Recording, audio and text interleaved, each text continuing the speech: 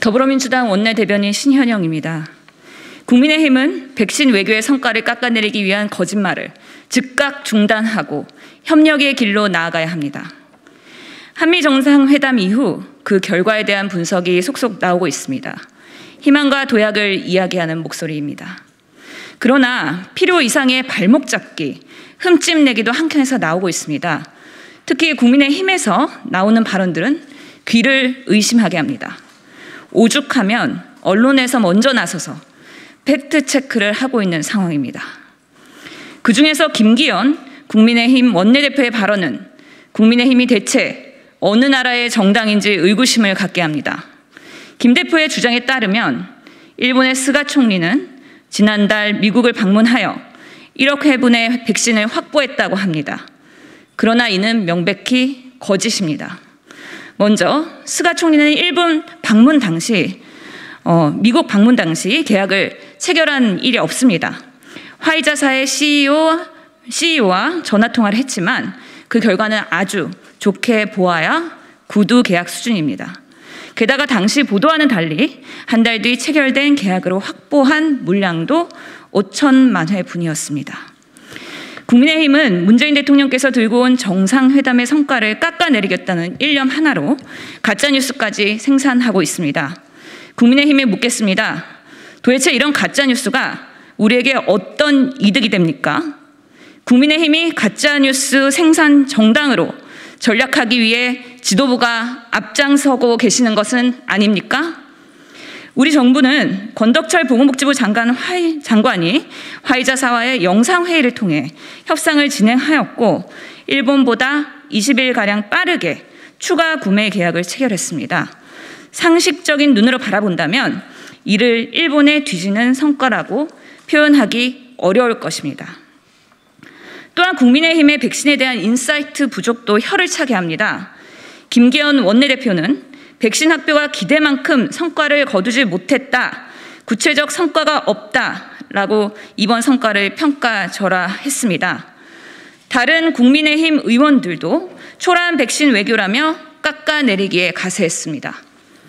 그러나 우리는 당장 다음 주 모더나 백신을 조기 공급받게 됩니다. 지금 당장 눈에 보이는 가시적인 성과입니다. 게다가 mRNA 백신 기술 확보와 원부자재 문제 해결의 계기도 만들었습니다. 연간 7억에서 13억 도즈를 생산할 수 있게 됩니다. 감히 상상하기도 힘들 만큼의 부가가치를 지닌 미래를 위한 성과입니다. 뿐만 아닙니다. 한미 정상 간의 백신 협력 합의를 통해 우리는 아시아 백신 허브를 넘어 글로벌 백신 허브 국가로서의 도약을 준비할 수 있게 되었습니다. 한미 글로벌 백신 파트너십 전문가 그룹 구성을 통해 대한민국 바이오 헬스 연구자들이 세계로 뻗어나갈 수 있는 발판을 마련했습니다. 이는 한미 양국 간 민간 산학 협력에 좋은 모델을 만들어 나갈 것이라는 고무적인 성과입니다. 또한 미국 감염병 지도자인 앤서니 파우치 박사가 이끄는 미국 국립보건원 연구소와도 연구 협력 통해서 감염병 기술 확보 계기를 만들었습니다.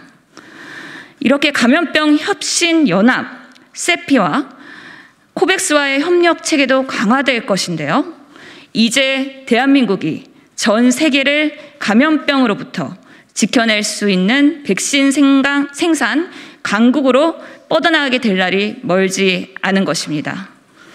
그런데 국민의힘은 이와 같은 성과를 초라하다고 합니다. 구체적 성과가 없다고 합니다.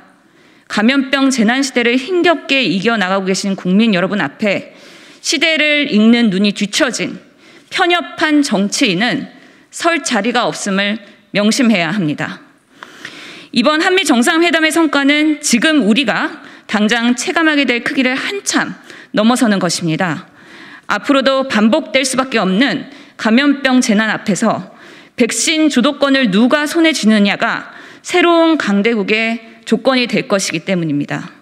이런 상황에서 한국이 글로벌 백신 허브로서 위상을 드높일 토대를 마련한 역사적인 성과인 것입니다. 위기 상황에서 어떻게 대응하느냐에 따라 위기는 기회가 되기도 하고 절망이 되기도 합니다.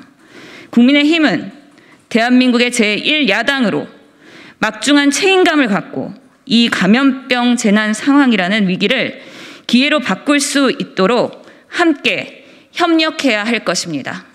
이상입니다.